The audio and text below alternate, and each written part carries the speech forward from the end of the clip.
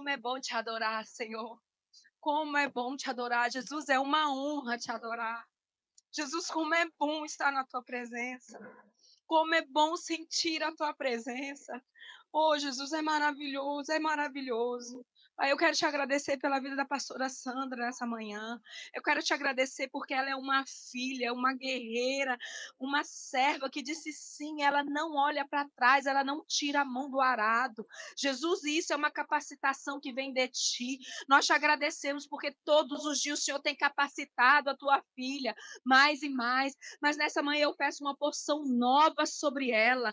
O teu óleo descendo sobre a cabeça até os pés. Senhor, toca nos seus lábios, assim como o Senhor tocou nos lábios de Isaías naquele dia. Senhor, que a partir desse momento, Senhor, venha uma palavra rema, fluindo do interior da tua serva, como diz a tua palavra. Senhor, do teu interior fluirão rios de água viva.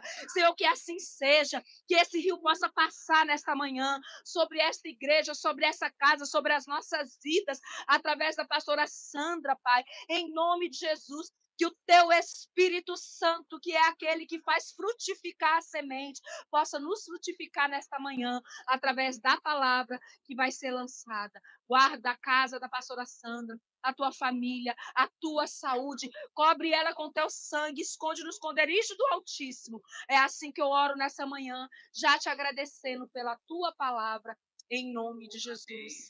Amém. Amém. Ah, Jesus. É uma honra tão grande, Pai, poder ser chamada de filha, poder ter sido enxertada na família do Senhor. Nessa manhã, Pai, eu concordo com a oração da minha irmã e eu clamo, Senhor, que tu possas preencher esse espaço, Espírito Santo de Deus. Nós dependemos de ti.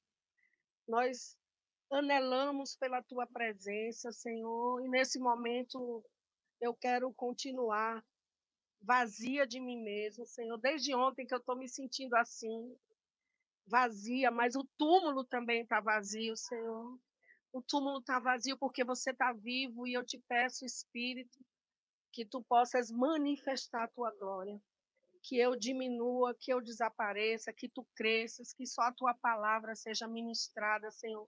Eu renuncio a todo pensamento humano, Pai, e eu coloco tudo debaixo, Senhor, da unção do teu Espírito Santo, e que não saia da minha boca palavra que não tenha vindo do reino da glória, da graça, Pai. Em nome de Jesus, em nome de Jesus. Amém, amém, meus irmãos. Estar nesse lugar, para mim, sempre é um privilégio, porque esse lugar é um portal espiritual para a cidade e para os planos de ressurreição que Jesus tem para Recife, para o Nordeste, para o Brasil. E uma coisa que a gente tem, desde que nós colocamos o pé aqui no Marco Zero como igreja, está fazendo 5 anos que a família 61 abriu esse espaço de pregação aqui. A gente sonha com a mudança, né, dessa área da cidade, que o Senhor visite por ressurreição essa área da cidade, porque a ressurreição desse lugar ela vai se espalhar pela cidade inteira.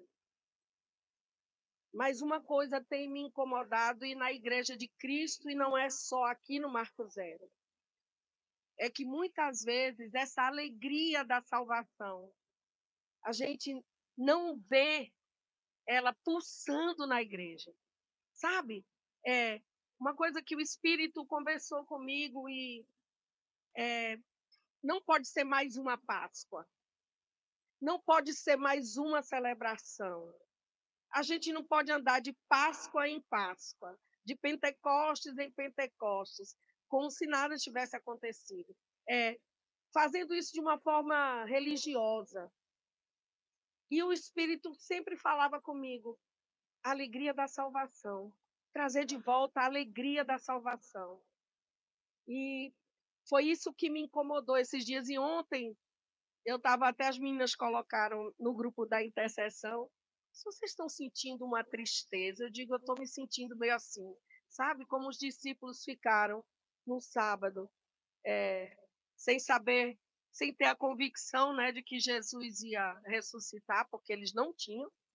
Se tivessem, não tinham se espalhado, né? E era aquele oco, mas havia uma expectativa de mudança. Então, a Páscoa é uma expectativa de mudança de vida, de mudança de rumo, de ressurreição de sonhos e de projetos. E isso nos traz de volta a alegria daquele dia que a gente disse assim: sim, Senhor, eu te aceito, eu quero. É porque é difícil louvar aqui. Vai ficar tudo preto, deixando. Tá preto. É o panda. Quem conhece a família Panda? E o Senhor me incomodou em relação a isso. Não é sobre a Páscoa só, é sobre a alegria de ser filho.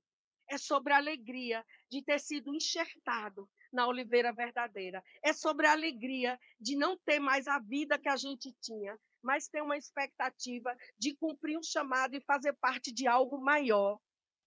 Sabe? E às vezes a gente está na igreja anos a fio, cumprindo um calendário religioso, entre aspas, mas sem viver a verdadeira ressurreição e a verdadeira Páscoa. E eu disse: Jesus, teve uma época, na época do rei Josias, que eles viveram 2 Páscoas. Não devia ser necessário viver 2 Páscoas. Cada Páscoa é uma oportunidade que Deus abre. Cris já bate muito nisso em relação às festas, de você criar, ascender um degrau naquilo que você pretende ser em relação ao filho, naquela construção que você tem para se parecer com Jesus, né? Então, eu disse: Jesus, que não seja mais uma Páscoa, que seja a Páscoa, a Páscoa, que a cada dia, cada momento que a gente relembra o sacrifício de Jesus, seja uma oportunidade de subir naquilo que ele desenhou para a gente quando a gente era substância informe no ventre da nossa mãe. A palavra do Senhor diz que os nossos dias estavam escritos e que ele tinha um propósito. A gente tem um nome no céu, escrito numa pedra branca que só ele sabe. No dia que eu nasci, no dia que você nasceu, tem 2 livros escritos. Um que o Senhor escreveu e outro que eu estou escrevendo com as minhas decisões. E naquele dia ele vai colocar os 2 livros juntos e vai ver o que é que eles têm em comum. Na Páscoa, eu me aproximo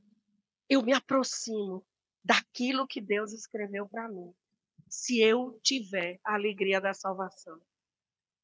A palavra de Deus diz em João 16, 20 e 22, ele diz assim: em verdade eu vos digo que chorareis e vos lamentareis, e o mundo se alegrará. Vós ficareis tristes, mas a vossa tristeza se converterá em alegria.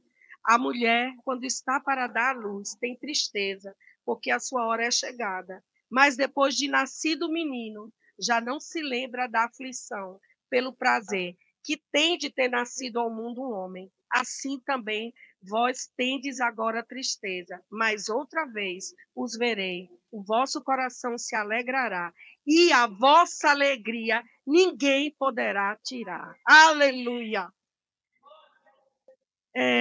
A Páscoa, ela fala de circunstâncias. Havia uma circunstância de dor, uma circunstância de desesperança, mas Jesus diz: isso é apenas temporário, porque isso vai redundar em honras e glórias e a alegria será permanente. As circunstâncias da nossa vida, elas passam, mas a alegria no Senhor é permanente. E o céu tem uma maneira que para nós é meio estranha de construir as coisas, né? Jesus precisou morrer para que a gente tivesse vida. José precisou ser vendido para que o povo de Israel tivesse uma chance de sobreviver à seca. Ruth precisou ficar viúva numa terra estranha para poder voltar para o Senhor, né? Para o Deus da sua sogra e entrar na genealogia de Jesus. As coisas no céu, elas não têm uma lógica humana. Talvez seja por isso que a gente se entristece com as circunstâncias e não consegue ver o que está adiante. Por isso que o Senhor diz: ei, você pode estar triste por agora, mas em breve a sua alegria ninguém vai poder tomar, porque a alegria do Senhor, ela é eterna, ela é para sempre. Então, é um aviso que o Senhor dá para a gente não se deixar destruir, derrotar por aquilo que a gente vê hoje. A realidade de hoje não é a de amanhã.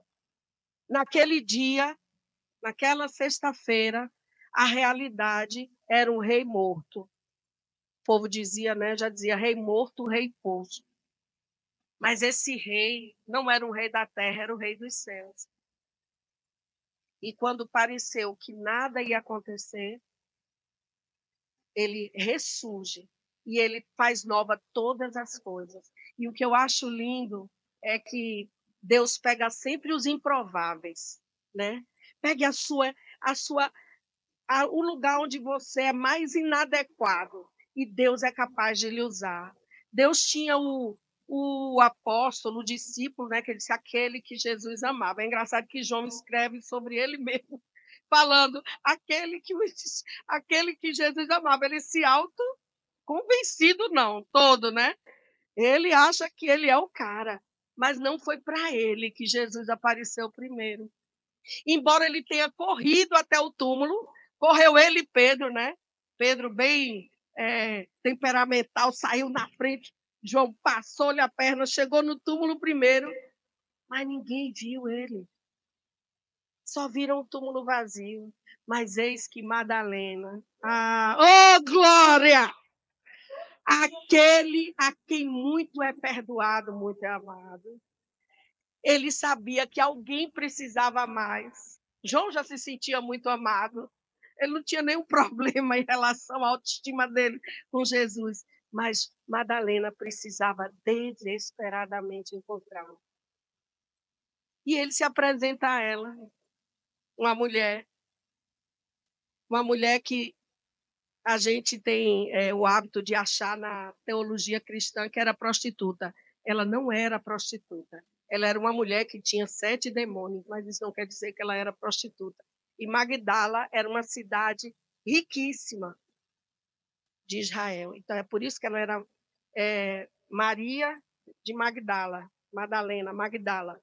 Mas ela precisava desesperadamente encontrar com Jesus. E ele sonda as nossas necessidades. E aquela era a pessoa que, naquele momento de todos eles, era a que precisava vê-lo primeiro. Então, quando você precisar ver Jesus, não se preocupe, ele vai aparecer.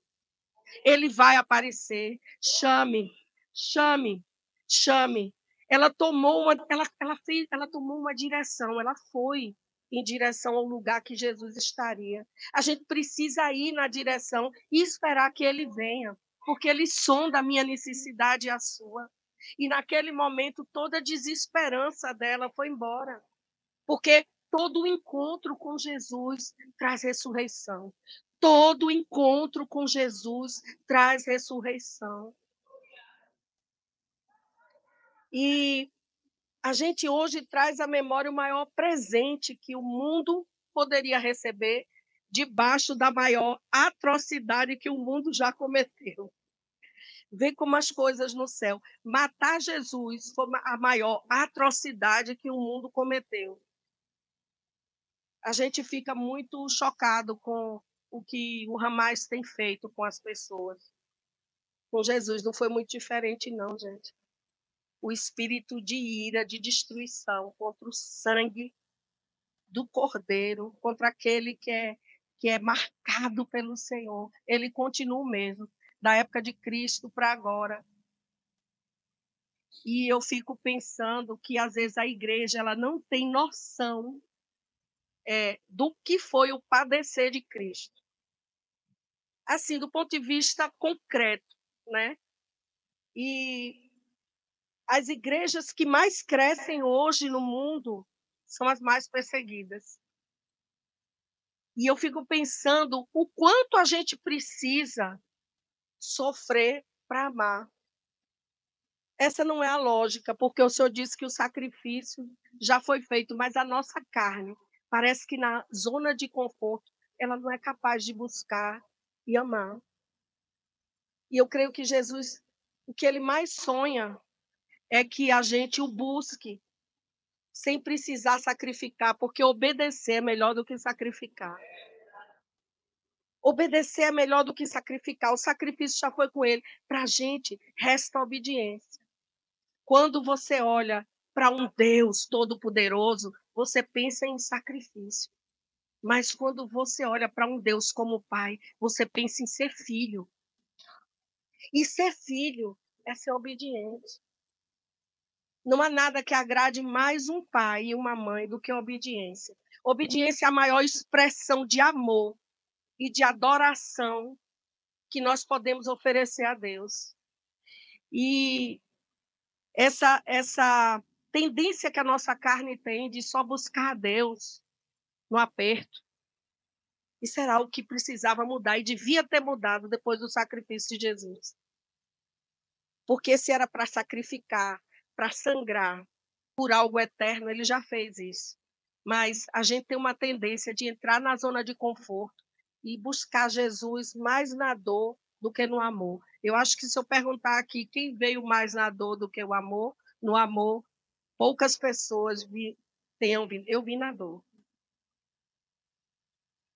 Eu amava o Senhor, mas eu só comecei a ter relacionamento com Ele na dor. E a dor não é o relacionamento preferencial de Jesus conosco. O relacionamento preferencial é o desejo de estar na presença dele. Algo que ele garantiu quando ele passou e padeceu na cruz. Ele nos deu acesso. Eu sempre penso, eu digo, você vai no médico, você marca a hora, você vai confessar com uma pessoa na justiça, você vai marcar a hora, mas com o Senhor, Rei dos Reis, Senhor dos Senhores, você não precisa marcar a hora. Você entra na presença dele a qualquer momento que você queira. Que Deus é esse? Que está disponível 24 horas por dia para mim e para você, mas que eu só procuro na hora da agonia. Sabe, filho pidão? Sabe como é chato o filho pidão? Que só chega junto de você para pedir, faz isso, faz aquilo, me cura, me isso, me aquilo. Mas sabe o que agrada pai e mãe? Um filho que chega, senta no colo e diz assim, eu te amo. Sem pedir nada. Senhor, não vim te pedir nada hoje. Eu só quero agradecer. Isso é relacionamento. E dá um beijo, sabe? Sabe aquele beijo inesperado? Aquele beijo que você recebe, que você nem pensava e chega junto e dá um cheiro, que a gente chama cheiro aqui, né? Dá um cheiro e diz: eu te amo, eu te amo, eu te amo. E isso faz parte da alegria de ter um relacionamento com Jesus. E eu acho que a Páscoa é um bom momento para a gente retomar esse relacionamento. E a gente vê que hoje, a gente sempre pensa que a igreja que mais cresce hoje é a igreja da China, é a igreja da Coreia do Norte. A igreja que mais cresce hoje é a igreja do Irã, liderada por mulheres. Mulheres estão liderando uma igreja debaixo de perseguição, debaixo de prisão. E a época que o evangelho mais cresceu em Atos foi a época da perseguição. E eu digo, meu Deus, será que para apressar a vinda a gente vai ter que ser perseguido? A palavra diz que sim, mas por que a gente não aproveita desde agora? Por que a gente não aproveita a Páscoa para fazer algo extravagante para Jesus? Mudar algo na nossa vida que atraia as pessoas para o nome dele, para quem ele é, para o que ele fez em mim e em você. Romanos 5,8 diz assim: mas Deus prova o seu próprio amor para conosco pelo fato de ter Cristo morrido por nós, sendo ainda pecadores e inimigos de Deus. Isso sempre passa pela minha cabeça. né? Uma coisa que eu tinha abuso era de crente. Porque eu tinha um tio crente, foi o primeiro que orou por mim. Ele era daqueles batistão histórico que ficava ali no pé, sabe? E eu, por respeito, eu o via. Mas, assim, eu achava aquilo chato. Eu achava porque eu não entendia. Mas, sabe, as orações dele subiram. E toda a minha família hoje serve ao Senhor. E minhas netas estão no altar, louvando ao Senhor. Sabe? Porque Deus tem essa capacidade de transformar o que não é naquilo que é. E a Páscoa faz isso por mim e por você. Ele transforma aquilo que nós não somos naquilo que seremos. E essa é uma chance que a gente não pode perder, porque a gente não sabe que horas essa trombeta vai tocar, gente. A gente não sabe. A gente tem um vislumbre. E a gente está vendo as coisas apertando. Mas a gente não sabe que horas o Senhor virá. A palavra diz que ele virá como um ladrão. E a Páscoa fala de um encontro certo. Há um encontro certo. Não é algo ilusório. O que ele disse se cumpriu. E eu fico assim pensando, meu Deus, aquele povo andou 3 anos com Jesus, viu tantos milagres, e quando Jesus disse que ia ressuscitar, eles não creram. Por isso que benditos somos nós que cremos, mas essa crença tem que fazer diferença. Essa crença, eu não posso ser aquele crente que vive sempre lamentando, desesperançado, né? Um crente que mora na sexta-feira, mas nunca chega no domingo da ressurreição. Ninguém vai querer ser assim. Por quê? Porque essa alegria ela tem que estar dentro da gente, independente da situação. Eu me lembro que uma vez a gente estava lá na beira-mar e a gente estava há pouco tempo e não tinha coberta a igreja e tinha só uma lona. E quando chovia, assim, onde a gente se molha, a gente se molhava 10 vezes mais. E eu me lembro que começou uma marcha lá e eu disse, eu estava com meu pai com Alzheimer, tanta coisa acontecendo de saúde da minha família, eu estava tão mexida, eu disse, Jesus, não dá para marchar assim. E aí eu comecei a ter uma dor no meu tornozelo esquerdo. E ele disse, marcha. Eu disse, mas está doendo. Ele disse, marcha. E quando eu comecei a marchar, a dor passou. A dor passou. Sabe, aquilo ficou marcado na minha vida. É de qualquer jeito. Está doendo, louve. Está chorando, louve. Louve, louve, porque existe um túmulo que está vazio. Uma promessa que foi cumprida. E ele voltará. E ele voltará. E ele está às portas. Ele tem aparecido, meus irmãos, ao povo palestino. Na falta de quem pregue, como crerão se não há quem pregue? O próprio Jesus tem aparecido em sonhos e visões ao povo palestino. E as pessoas estão se convertendo. Que Deus é esse, né? Porque se nós, quando inimigos, fomos reconciliados com Deus, mediante a morte do seu filho, muito mais, estando já reconciliados, seremos salvos pela sua vida. Há essa promessa. Eu acho tão interessante. Como médico, eu já vi muitas vezes as pessoas param, a gente reanima, volta. E quem para por muito tempo sempre diz que estava num lugar, quem foi arrebatado, não quer voltar, gente. A gente bem casada, a gente que ama os filhos, mas quando chega lá, é arrebatadora a presença, a visão. Ninguém quer voltar.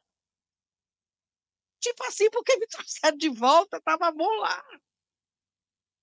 A gente não tem noção do que Jesus conquistou a preço de sangue, porque ele é especialista em transformar maldição em bênção. Aleluia! A gente serve um Deus que é especialista em transformar maldição em bênção. Talvez se eu não tivesse passado tudo que eu passei, eu nem estivesse aqui. João 19, de 1 a 30, ele vai falar de quando Jesus foi entregue. Então, por isso, Pilatos tomou a Jesus e mandou açoitá-lo. Os soldados, tendo tecido uma coroa de espinhos, puseram-lhe na cabeça e vestiram-lhe com um manto púrpura. Esse manto púrpura, gente, era deboche. Era um manto que se colocava nos reis, porque ele não dizia que era o rei dos judeus. Então, eles pegaram uma roupa muito chique e botaram em cima de Jesus, para debochar dele, era para humilhar ele. Chegavam-se a ele e diziam: Salve, rei dos judeus! E davam-lhe bofetadas. Outra vez saiu Pilatos e lhe disse: Eis que eu vou-lo apresento, para que saibais que eu não acho nele crime algum. Saiu, pois, Jesus, trazendo a coroa de espinhos e o manto púrpura. Disse-lhes Pilatos: Eis o homem. Ao verem-no, os principais sacerdotes e os seus guardas gritaram: Crucificam, crucificam. Disse-lhe Pilatos: Tomai-o vós outros e crucificai-o, porque eu não acho nele crime algum. Responderam-lhe os judeus: Temos uma lei, e de conformidade com a lei, ele deve morrer, porque a si mesmo se fez filho de Deus. Pilatos, ouvindo tal declaração, ainda mais atemorizado, ficou e, tornando a entrar no pretório, perguntou a Jesus: De onde és tu? Mas Jesus não lhe deu resposta. Então Pilatos o advertiu: Não me respondes? Não sabes que tenho autoridade para te soltar e autoridade para te crucificar? E aí respondeu Jesus: Nenhuma autoridade terias sobre mim, se de cima não te fosse dada. Por isso, quem me entregou a ti, maior pecado tem.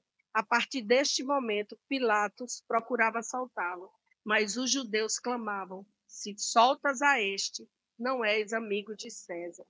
Todo aquele que se faz rei é contra César. Ouvindo Pilatos estas palavras, trouxe Jesus para fora e sentou-se no tribunal, no lugar chamado Pavimento, no hebraico Gabatá, e era a Parasceve Pascual. A Parasceve é a sexta da Páscoa, o dia, né, que antecipava o Shabat, cerca da hora sexta, e disse aos judeus: Eis aqui o vosso rei. Eles, porém, clamavam: Fora, fora, crucificam. Disse-lhes Pilatos: Hei de crucificar o vosso rei? Responderam os principais sacerdotes: Não temos rei, senão César. Então Pilatos o entregou para ser crucificado. A crucificação, sim, tomaram eles, pois, a Jesus, e ele próprio, carregando a sua cruz, saiu para um lugar chamado Calvário, Gólgota em hebraico, onde o crucificaram, e com ele outros dois, um de cada lado. E aí ele vai, e mais na frente, os soldados, pois, quando crucificaram Jesus, tomaram-lhe as vestes e fizeram 4 partes, para cada soldado uma parte, e pegaram também a túnica. A túnica, porém, era sem costura. Só quem usava túnica sem costura eram os reis. Aí eles resolveram não rasgar, mas lançar sorte sobre elas para ver a quem caberá. Para se cumprir a escritura, repartiram entre si as minhas vestes, e sobre a minha túnica lançaram sortes. Assim, pois, o fizeram os soldados, e junto à cruz estavam a mãe de Jesus, a irmã dela, e Maria, mulher de Clopas, e Maria Madalena. Vendo Jesus, sua mãe, e junto a ela o discípulo amado, disse: Mulher, eis aí o teu filho. Depois disse ao discípulo: Eis aí a tua mãe. Dessa hora em diante, o discípulo a tomou para casa. Depois, vendo Jesus que tudo já estava consumado, para se cumprir a escritura, disse: Tenho sede. E ali um vaso cheio de vinagre embeberam numa esponja. Você sabe o que é que faziam com essa esponja, com vinagre? Era para limpar a latrina. Eles usavam essa esponja com vinagre para limpar o cocô das latrinas. E eles levavam isso para passar na boca dos condenados. Não era pouca humilhação, não, gente. Fora a dor física. Embeberam vinagre em esponja e, fixando-a num caniço de sopo, lhe chegaram à boca. Quando, pois, Jesus tomou o vinagre e disse: Está consumado. E, inclinando a cabeça, rendeu o espírito. Por volta da hora nona, agora está em Mateus 26, 46. por volta da hora nona, Jesus em alta voz dizendo Eli, lama sabactani. Quer dizer, Deus meu, por que me abandonaste? E é engraçado que a gente sempre aprendeu que esse versículo era Jesus clamando por Deus, porque ele estava sozinho, porque naquele momento Deus afastou-se dele. Isso não existe. Na verdade, Jesus estava dizendo, o primeiro versículo do Salmo 22, que fala do sofrimento, da missão do Messias. Aquilo ali não era dizendo que o Pai. O Salmo 22 começa assim: Senhor, Deus meu, por que me abandonaste? Se Deus não abandona a mim e a você, quando a gente estava chafurdando no pecado, Deus ia abandonar o filho dele? Isso não tem sentido, nem sentido teológico. Na Bíblia hebraica, esse mesmo salmo, ele vai lá na frente e Davi escreve, né, falando profeticamente da morte do Messias, ele diz assim: os touros de Bazã me cercaram. Bazã era Baxã. Bazã era Baxã, uma cidade muito rica do norte de Israel, que era famosa pela colheita e pelos animais, os touros fortes. E o Salmo, quando fala dos touros de Bazã, depois vocês leem, diz que esses touros o cercaram, quer dizer, a violência o cercou. Mas no hebraico fala que os touros de Bazã o cercaram e ele foi coroado. Quer dizer, diante dos inimigos, ele foi coroado. Então, Deus nunca abandonou Jesus. Nunca. Eu sempre fiquei cismada com isso. Eu sabia que um dia alguém ia me esclarecer. Jesus nunca foi abandonado por Deus, porque nós não fomos. Nós, ainda quando inimigos de Deus, se você fizer um retrospecto da sua vida, você vai ver situações de livramento enormes que só podem ser creditadas a Ele. E a gente ainda não confessava Jesus. Como ele abandonaria o filho?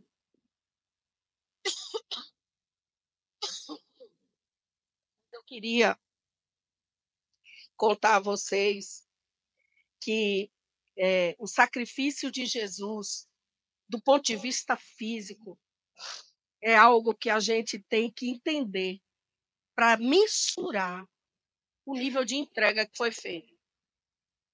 Em 1986, a JAMA, que é uma revista americana de medicina muito renomada, ela descreveu, os médicos se juntaram e descreveram o que foi o sacrifício de Jesus do ponto de vista médico, né? E essa publicação está lá no Journal of American Medical Association, de 1986. Suar sangue. Vocês sabem o que é suar sangue? Suar sangue é um fenômeno raro chamado hematidrose. É uma condição quando um estresse psicológico ou físico extremo faz com que os vasos que estão junto das glândulas do suor da gente estourem e sai sangue, e mistura sangue com suor. E isso acontece mais no rosto, na testa. Você vê o nível. Jesus estava em pânico. Porque, como homem que comia, bebia, sentia dor, ia no banheiro, ele estava em pânico com aquilo que ele ia passar. E não fosse isso suficiente, coloca uma coroa de espinhos nele. A última vez foi para Israel, a gente foi num lugar que tinha essa planta. Os espinhos têm 5 a 6 centímetros. A gente aqui na cabeça, a gente não tem muito tecido. A gente não tem. E aquilo ali cravou nele. 5 a 6 centímetros entrando, forçando. A chicotada era 39 mais uma. Por que eles estavam 39 chicotados? Para não perder a mão e dar mais de 40. Porque muitas vezes os prisioneiros, as pessoas condenadas, elas não suportavam as chicotadas e elas sangravam e morriam antes de choque hipovolêmico, porque tinha osso e ferro na ponta do chicote. Então aquilo dilacerava as costas a ponto de ficar todas as costelas de fora. E a pessoa já sangrava muito ali. Por isso que Jesus foi caindo quando foi levando e pegaram Simão Cirineu para levar, porque ele não tinha força física para levar mais, porque ele já estava entrando em choque hipovolêmico, que a gente sabe. Sabe quando a pessoa precisa de transfusão de sangue, porque sangrou demais? Fora a dor de estar tudo lacerado, arrancado os pedaços. Os pregos tinham 18 centímetros, que furaram as mãos e os pés. 18 centímetros. Aquela régua tem 30. Era uma coisa assim. Era enorme, né? E aquela lança que fere Jesus no lado, sai sangue e água. Por quê? Porque a pleura, a membrana que estava ali envolvendo os pulmões de Jesus já estavam cheias de líquido. Ele estava fazendo um edema agudo de pulmão, morrendo afogado no seco. É uma agonia. Quanto mais ele se apoiava nas pernas, maior a pressão torácica. Por isso que quando furaram ele depois da morte, porque estava cheio, o coração dele estava cheio de água, o pericárdio dele já não deixava o coração bater. Então, sabe o que é uma pessoa morrer afogada no seco? Jesus morreu afogado no seco, sem conseguir respirar. Quando você pensa em tudo isso, e você tem noção de que foi por mim e por você, por tudo que eu fiz, por tudo que você fez, por tudo que nós iríamos fazer, por aquele cara do Hamas que botou um bebê dentro de um micro-ondas e tocou fogo, por aquele que decapitou aquela mãe e cortou em pedaços aquelas crianças. Quem entende esse amor? Quem entende esse amor? Quem tem dimensão disso? Sabe, a gente tem que ter noção do que Jesus fez para a gente valorizar o que ele fez. Porque parece assim, não, ele foi para a cruz, ele era Deus, passou aquilo ali e deu tudo certo. Gente, não deu tudo certo, não. Foi dor, foi agonia, foi martírio, foi humilhação, foi traição. Você sabe, você botar na mesa alguém que você sabe que é traidor e que vai lhe entregar para uma morte de martírio, alguém que ele escolheu. Jesus escolheu Judas. Jesus orou antes de escolher os 12. Jesus orou. E ainda assim ele o escolheu. Sabe por quê? Porque até o último momento, Jesus dá uma chance. Aí você vai dizer, não, mas Jesus tinha que ser traído. Mas não tinha que ser por alguém próximo. A palavra não diz isso. A palavra não diz que Jesus tinha que ser traído por alguém íntimo. Diz que ele iria para a cruz. Tinha muita gente para botar ele na cruz. Muitos. Tinha os sacerdotes, né? Os fariseus, os saduceus. Precisava ser alguém íntimo. Ele mesmo disse na palavra dele, eu vou ser entregue, mas ai de por quem eu fui entregue. E quando Judas foi anunciado como traidor, ele olhou ainda para Judas e disse assim, o que você vai fazer, faça depressa. Faça. Ali ele estava dando uma chance de dizer, poxa, não vou fazer. Ele sabe, eu não vou fazer. Como Deus disse a Caim, Caim, o pecado jaz à tua porta. Cumpre a ti dominá-lo. Jesus está sempre botando o traidor na mesa. E sabe quem trai ele? Vez por outra. Eu e você. Quando a gente nega o Senhor durante a nossa vida, quando a gente malbarata esse sacrifício, sabe? Quem já assistiu uma pessoa em edema agudo de pulmão? Eu, como médica, já vi. Gente, é desesperador. Aí a gente vê a pessoa se tocando, sabe? Aí você amarra para diminuir a volta, o retorno sanguíneo. Você faz medicação e a pessoa está lá, com fome de ar. E de vez em quando, eu e você caímos no crentez. Ele morreu por mim, morreu, ressuscitou, está tudo certo, beleza. Como se isso não tivesse um custo, não só físico, emocional e espiritual alto. Ali, os principados e potestades estavam circundando Jesus. Os olhos espirituais viram a festa do inferno. E a gente tem uma chance de usar isso para a glória dele, de mudar a nossa vida, né? Depois disso, Jesus aparece aos discípulos, né? E eles ainda ficam meio... Aparece a primeira vez, Tomé não está. Aí ele volta uma segunda vez e diz aqui, está aqui, Tomé, toque. Quantas vezes Deus nos faz promessas. Ele nos faz promessas. E porque não acontece de imediato, a gente fica assim no descrédito, né? Deixa para lá, vamos embora, isso não vai acontecer comigo, isso acontece com meu irmão. Mas ele prometeu. E se ele prometeu, ele veio. Ele não disse que ia voltar para os discípulos, ele voltou. E como a nossa carne é difícil, porque ele não apareceu uma vez, não. Ele apareceu durante 40 dias, ensinando, falando. E depois disso tudo, o povo ainda foi pescar e largou tudo, todo o desígnio que ele tinha liberado. Como a gente tem uma carne que é teimosa, como a gente tem uma necessidade de testar os planos e os propósitos de Deus a todo tempo. Por que é que Deus tem que todo tempo reiterar o que ele prometeu a mim e a você, senão a gente corre daquilo, porque a gente não consegue esperar por ele. Mas na hora de ir para a cruz, ele não titubeou nenhuma vez. Nenhuma vez. No cair da tarde do primeiro dia, Jesus mostra-lhe as chagas. Aparece outras vezes, mas o que chama a atenção é como emocionalmente depressivos e desmotivados ficam os discípulos, a despeito de terem visto ele.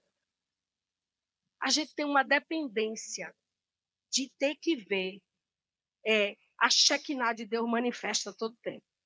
Se Deus não vier com um arrepio, se Deus não vier com uma palavra de conhecimento, se uma profeta não chegar junto da gente e entregar alguma coisa, a gente já fica descrendo daquilo que Deus disse. Mas será que é para ser assim? Porque desde que o mundo é mundo, tudo que Jesus prometeu, ele cumpriu. O consolo é que aqueles que conviveram com ele durante 3 anos agiram assim também. Então a gente talvez seja um pouco mais desculpável. Mas ele disse que a glória em nós seria maior, porque nós não vimos, mas cremos. Então, se a glória sobre nós é maior, a nossa responsabilidade de devolver ao Senhor esse voto de confiança, essa entrega, é maior também. E isso ministrou a mim, sabe? Porque é que muitas vezes a gente sempre depende, quando a gente é um crente recém-convertido, a gente quer estar sempre onde está o ribuliço, onde tem uma profeta, onde tem alguém que vai liberar uma palavra. Mas isso só cabe no começo, gente. Depois que a gente está taludinho, a gente não precisa de profecia, a gente não precisa de ninguém liberando nada, porque a palavra já liberou. A palavra já disse. Vai ser, vai acontecer. Não tem para onde sair, não tem para onde correr. O que ele disse vai se cumprir. E eu acho que essa dúvida, essa incredulidade que bate, é o que tira a alegria da gente pertencer a Jesus. Sabe? Eu acho que Jesus deve olhar e dizer, ficar triste, porque, caramba, eu fiz tudo isso. Sabe, você dá tudo para um filho, faz tudo por ele, alimenta, dá carinho, dá amor, põe no colo, dá direção, paga a faculdade, faz tudo. E na hora do bem bom, o crédito é de outro, não é seu. A honra é para outro, a honra é para o mundo, a honra é para os amigos, a honra é para os colegas de faculdade, a honra é para os amigos de cachaça, nunca é para Jesus. A gente não tem dimensão do quanto a gente banaliza o acesso que a gente tem a Deus, até que a coisa pega. Porque, meu filho, quando você está marcado, esqueça, ou você vem, ou você vem. E a Páscoa é um momento da gente tomar essa consciência e fazer esse caminho de volta para Ele. Fazer esse caminho de redenção, sabe? Fazer esse caminho de paixão. Uma das coisas que eu acho que está escrito lá em Apocalipse 2, quando ele fala da igreja de Éfeso, né? Ah, vocês não toleraram Jezabel, vocês suas obras, mas tenho contra vós que vocês abandonaram o primeiro amor. Jesus não quer um amor qualquer. Jesus não quer uma intimidade qualquer. Ele não quer meia boca, ele quer tudo. Ele quer tudo. E a gente, muitas vezes, a gente está dando as coisas ao Senhor de forma religiosa. Isso não dá para o gasto. Uma hora, as circunstâncias nos derrubam. Uma hora, o que vai acontecer fora vai ser mais forte do que aquilo que eu tenho aqui dentro. E aí eu vou perder a esperança. E quando a gente perde a esperança, a gente está um pé de apostatar. Porque Jesus é a esperança. A esperança é uma pessoa. A esperança não é algo que eu espero. A esperança é uma pessoa. E essa pessoa está viva. E essa pessoa está lá, olhando para mim. O Salmo 116 diz assim: eu amo o Senhor porque Ele ouve a minha voz e a minha súplica, porque Ele inclina para mim os seus ouvidos. Ele não inclinou, não, Ele inclina. A Páscoa é uma injeção de fé. A Páscoa é um ode, é um canto à esperança. A Páscoa é um momento de fazer o retorno. Não é uma passagem só da escravidão para a luz, mas é um retorno para o coração do Pai. É um momento, Jesus falando comigo, faça algo extravagante para mim. Eu digo, acho que eu vou fazer algo muito doido lá no consultório, que eu já boto o povo logo para correr. Faça algo extravagante para mim, depois dessa... Reavive, sabe? Compre aqueles folhetinhos, bote lá junto no seu trabalho. Para uma pessoa na rua, do nada, e diga assim, eu me lembro que a gente estava nos Estados Unidos uma vez, e a gente estava num shopping muito chique, e eu estava lá em Orlando, eu estava andando, aí Jesus disse, volte. Aí eu voltei, tinha uma moça limpando. Foi emocionante. Limpando. Era um imigrante da América Latina, não sei se era venezuelana, Colômbia, não sei. E eu olhei para ela e disse, Jesus te ama. Ela agarrou-se comigo e começou a chorar. Já estava saindo, não sei se tu lembra disso, lembra? Eu disse, eu vou voltar, não quero nem saber, vou voltar. Voltei lá, ela estava com a vassoura na mão, parei assim, Jesus mandou lhe dizer que ama você. A mulher caiu nos prantos. E ali eu ministrei, faça algo extravagante, algo que faça valer o sacrifício dele por você. Tem alguém que espera. Não tenha medo do julgamento dos outros, porque aquele que podia te julgar não te julga. Ele te absolveu. Sabe, está na hora da gente começar a expressar esse amor de uma forma mais intencional. Jesus foi intencional quando ele foi para a cruz. Jesus foi intencional quando ele pegou Madalena de primeira. Seja intencional com as coisas de Deus. A gente não tem vergonha de gritar num estádio para um cara é um cantor, um time de futebol. Mas quando se trata da fé, fica todo mundo sem. Quando Deus disser, vá ali, diga, diga. O máximo que você pode fazer é levar um fora. E daí? Você não tem reputação que possa perder, não? Porque quando você vem para o cristianismo, sua reputação já foi. Sua reputação está na cruz, acabou. Se você vai se preocupar com a sua reputação, esqueça ser cristão. Esqueça. E é tão lindo quando a gente obedece, porque a gente vê que o Espírito não erra. A gente erra, mas o Espírito Santo não erra, não. E às vezes tudo que a pessoa está precisando é de um abraço e uma palavra.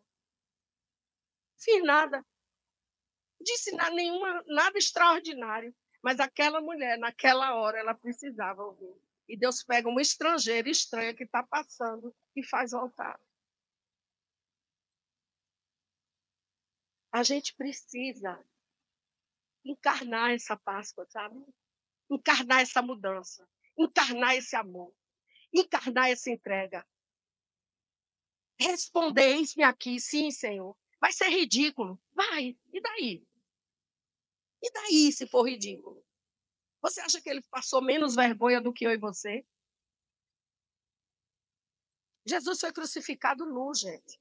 Aquele paninho que tem ali, para não aparecer os possuídos de Jesus, que não existia, não. Era humilhação, era pelado.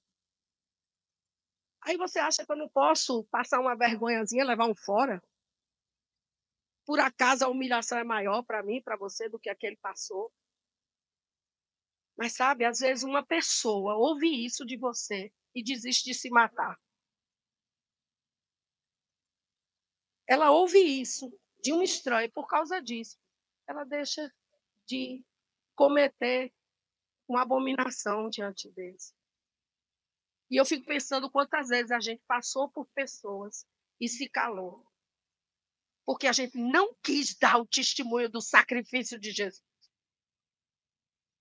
A gente fica com o testemunho para a gente, mas a gente não divide esse testemunho com o outro. Será que vai ser preciso outra Páscoa? Outra Páscoa? Outro Pentecostes? Jesus, ele não desiste. Ele não desiste, sabe? E ele vai ter com os discípulos lá, quando eles estavam reunidos. Depois ele vai no caminho de Emaús.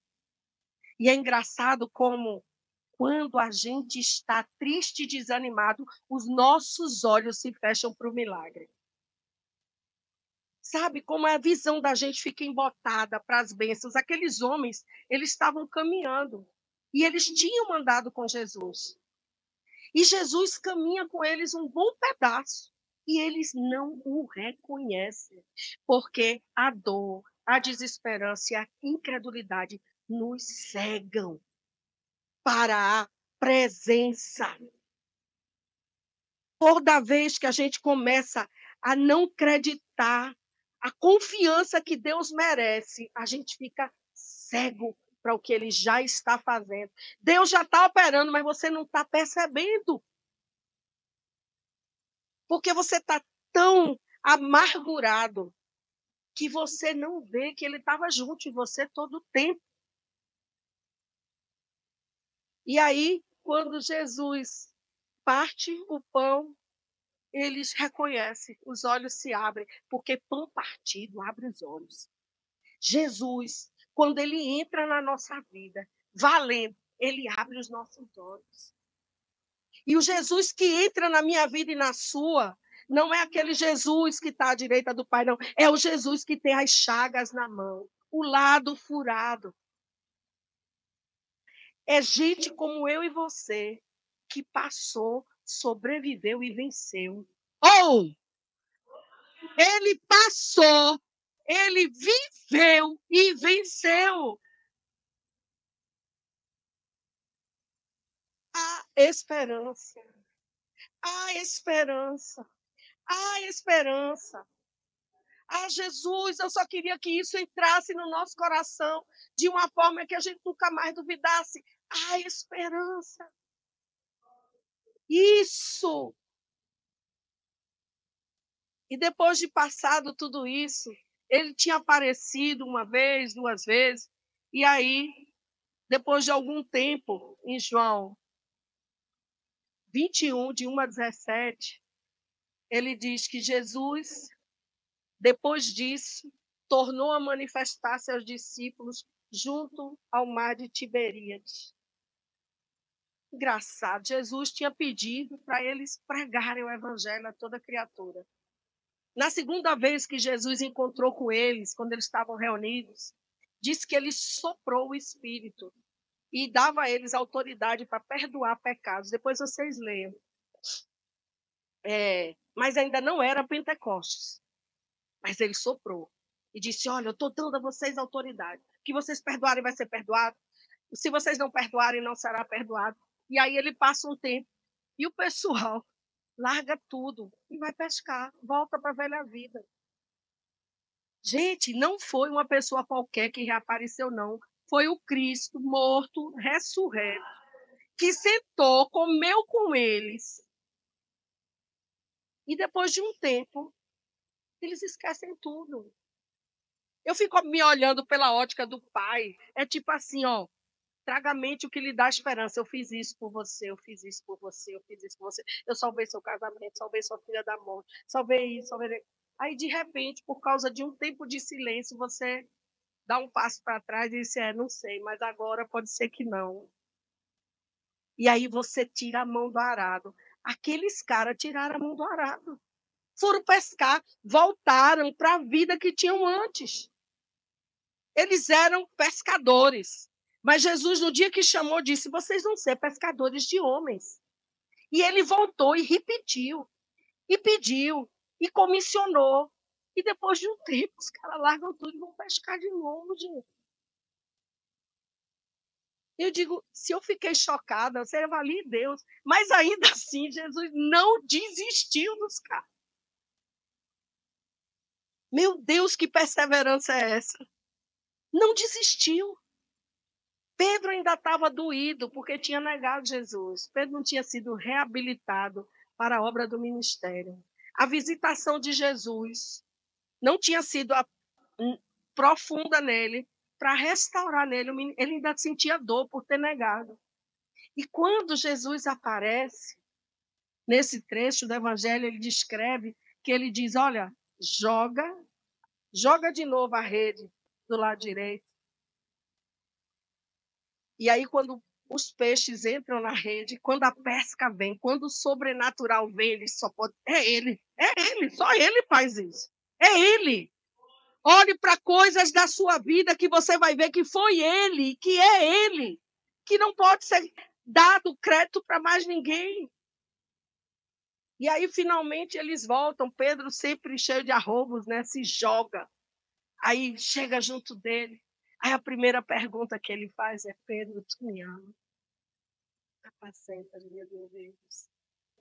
Pedro, tu me amas. 3 vezes. E na última ele disse, Senhor, tu sabes que eu te amo. Cuida do meu povo. Ele está dizendo para mim e para você, vocês me amam, vocês recebem a minha Páscoa. Cuidem dos meus. Cuidem dos meus filhos que não sabem que são filhos. Cuidem. Façam algo. E passa-se o tempo e, finalmente, o relacionamento íntimo com Jesus é reabilitado. Talvez alguns de nós aqui, precisemos ir de volta para esse lugar secreto, só com Jesus, para ele nos reabilitar no nosso relacionamento com ele, sabe? É um tempo de reabilitar o nosso relacionamento de intimidade com Jesus. Sabe? Ele está disponível. O sangue está ainda quentinho, pingou todo. Sabe? E você pode ir lá e colocar sua mágoa diante dele. Sabe que às vezes a gente fica magoado com Deus? Esse meu tio, que era batista, que orou por a gente, era como meu segundo pai. Ele era casado com a irmã mais nova da minha mãe. E eu acompanhei o namoro, fui dama de casamento, eu o amava profundamente. E ele morreu com 59 anos com um câncer raríssimo. E eu fiquei, eu sofri demais. Eu não entendia como é que um crente daquele morria daquele jeito. E eu me larguei daqui, larguei tudo. A última noite dele consciente, quem passou com ele fui eu em pé. E eu me lembro que ele muito desorientado, de tanto remédio para dor, e eu segurava ele agitado. Eu liguei para minha tia só tem um filho. Eu disse, tia, vem amanhã de manhã, porque vai precisar sedar. Ele já estava com dificuldade para respirar. Mas eu passei a noite inteira, porque eu queria que ela visse ele acordado, porque na hora que sedasse, era só para... E foi uma noite de agonia. Eu me lembro que a posição que eu fiquei para segurar ele, eu passei uns 3 meses com a dormência assim do lado, eu estirei, dei um estiramento no nervo. E eu fiquei tão magoada com Deus. Eu vi ele na UTI, disse, como o senhor faz uma coisa dessa com meu tio? Como? Me lembro, sabe? E depois disso, o Hannah adoeceu meses depois. E foi aí que eu reabilitei meu relacionamento com Deus. Eu perdoei Deus, que eu estava magoada com Deus. Porque eu não tinha maturidade para entender que os caminhos dele são maiores que os meus, os pensamentos dele são maiores que os meus, que aquilo não tinha sido o fim da vida do meu tio. Meu tio estava vivo, mas eu era uma crente imatura. Eu estava começando e ver aquele sofrimento me corroeu por dentro e precisou de outro sofrimento para me reabilitar com o Senhor. Talvez hoje você não precise passar por nenhum sofrimento para reabilitar, mas perdoe Jesus. Sabe? Parece ridículo dizer isso, mas não é não. Muitas vezes nosso relacionamento com Deus não está na intensidade que deveria, porque a gente não consegue perdoar Deus pelas coisas que a gente passou, como se tudo fosse culpa dele. Adoecer é da carnalidade. Desde que o pecado entrou no mundo, que a gente ganhou de presente essas coisas, Deus não tem culpa. Deus sustentou, meu tio. Mas há dores que são tão profundas que fazem a gente se tornar um amigo desconfiado de Deus, sabe? Você é desconfiado de Deus. Você confia, mas não confia. A Páscoa é um bom momento para você voltar a confiar. Confie. Ele não negou nada. E aquilo que você não entende hoje, acredite que você vai entender. Hoje, olhando para todos os fatos da vida do meu tio, eu entendi que ele era um crente devoto, mas era uma pessoa que vivia com a raiz de amargura profunda por tudo que tinha passado na vida. E aquela raiz de amargura foi o lugar que o câncer entrou. Porque a raiz de amargura, ela apodrece os ossos. Sabe? Hoje eu entendo. Hoje eu entendo. Mas nem sempre eu entendi. E o tempo que eu não entendi me fez ficar triste com Deus. Eu nunca deixei de achar que ele era Deus. E que, no fundo, ele deveria ser bom. Ele deve ser bom. Mas eu estava bloqueada. Não estava fluindo de mim. Não estava. E precisou passar uma situação muito ruim com a minha primogênita para eu ver Deus como ele realmente é. A Páscoa é esse lugar de fazer ressurgir o seu relacionamento com Deus. Ele tem que ser ressurreto hoje.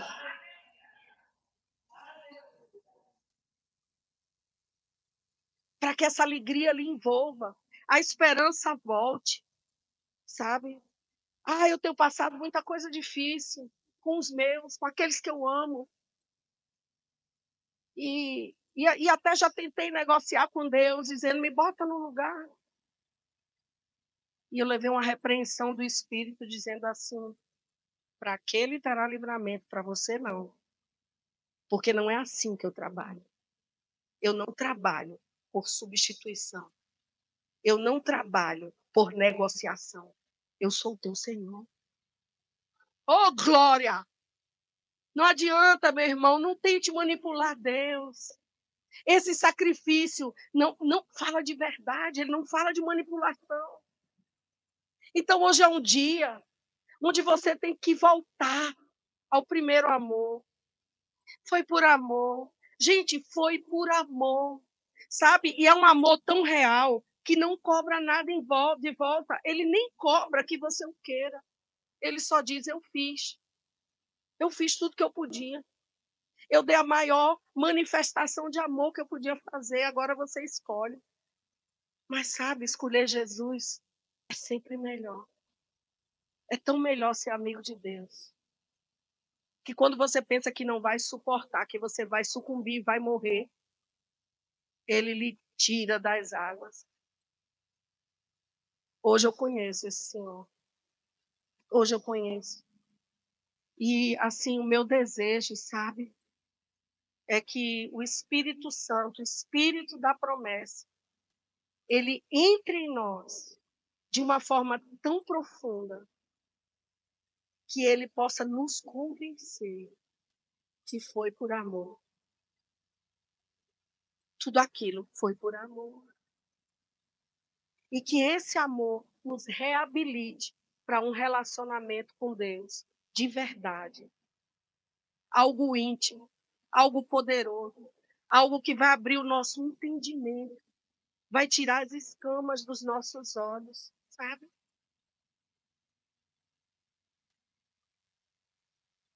Em Atos 2, de 1 a 4, passado tudo isso, né? E o pessoal finalmente entende e se reúne e persevera. É verdade que nem todos perseveraram, porque só aqueles que perseveram recebem. Eram muitos que eram para estar naquele dia reunidos no dia de Pentecostes, mas só os que perseveraram receberam o Espírito. E aí o poder dessa intimidade entrou de uma forma que nunca mais eles se afastaram do chamado. Nunca mais. Mesmo na espada, mesmo nos açoites, mesmo no martírio, nunca mais. Porque o Espírito é poder. E esse Espírito que desceu, ele só desceu porque um dia Jesus subiu, ressurreto aos céus. Glória a Deus. Hoje nós estamos comemorando isso. Esse Espírito que ascendeu, esse Jesus que ascendeu, nos mandou uma capacitação sem a qual nós não suportaríamos, sem a qual nós não permaneceríamos. Sem essa capacitação do Espírito, nós não estaríamos aqui. Mas mais do que estar aqui, Jesus quer que a gente esteja nele com alegria, com satisfação, sabe? O prazer de estar. Não é só estar, mas é o prazer de estar nele. O prazer de estar com ele. O prazer de ser chamada pelo nome dele. O prazer de ter andado sobre as águas com ele. O prazer de ter sido entrado nas fogueiras com ele e não ter saído chamuscada e estar aqui. É isso que a Páscoa fala. A Páscoa não fala só de libertação, mas fala de retorno ao primeiro amor. Retorno à alegria da salvação. Retorno a um lugar de gratidão por quem ele é e por tudo que ele vai fazer, porque o que ele diz que vai fazer, ele fará. Ele fará. Ainda que pareça tardio, ele fará. E aí nós ficamos como quem sonha. Quando o Senhor, Salmo 126, trouxe os cativos de Sião, nós ficamos como quem sonha, a nossa boca se encheu de riso, porque grandes coisas fez o Senhor por nós.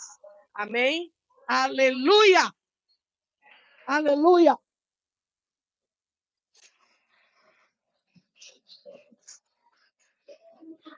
Amém, Jesus. Vamos orar. Vamos orar. Pai, Em nome de Jesus, nós entramos na tua presença com o coração grato. Sonda-nos, Senhor. Vê se há em nós algum caminho mau. Pai, nós queremos liberar perdão para ti. Como filhos que entram na presença do Pai. Tudo aquilo que nos aconteceu, Pai, que a gente ainda não conseguiu entender e que ainda dói, Pai.